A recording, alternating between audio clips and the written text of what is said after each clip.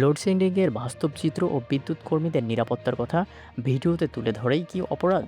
সারা দেশে তীব্র লোডশেডিং নিয়ে ভিডিও বানিয়ে চাকরি হারালেন মাদারীপুরের এক পল্লী বিদ্যুৎ কর্মী। চাকরিচ্যুত ওই বিদ্যুৎ কর্মীর নাম মোহাম্মদ সুমন হোসেন। তিনি মাদারীপুর সদরের মিঠাপুর জোনায় লাইনম্যান হিসেবে কর্মরত ছিলেন।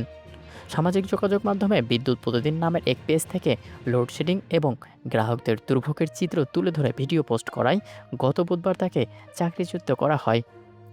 সুমন হোসেনের দাবি, লোডশেডিংয়ের কারণে দেশের বিভিন্ন বিদ্যুৎ অফিসও হামলা ও কর্মীদের ওপর মারধর ঘটনা ঘটছিল। নিজ এলাকায় যেন এমন কোনো অপ্রীতিকর ঘটনা না ঘটে, গ্রাহকেরা যেন মূল পরিস্থিতি বোঝেন, সেই উদ্দেশ্যে তিনি ভিডিওগুলো বানিয়েছিলেন। তবে এই উদ্যোগ যে তার নিজের পরিবারের জন্য চাকরি হারানোর মতো বড় বিপদ ডেকে আনবে, তা তিনি কখনো কল্পনাও করতে পারেননি।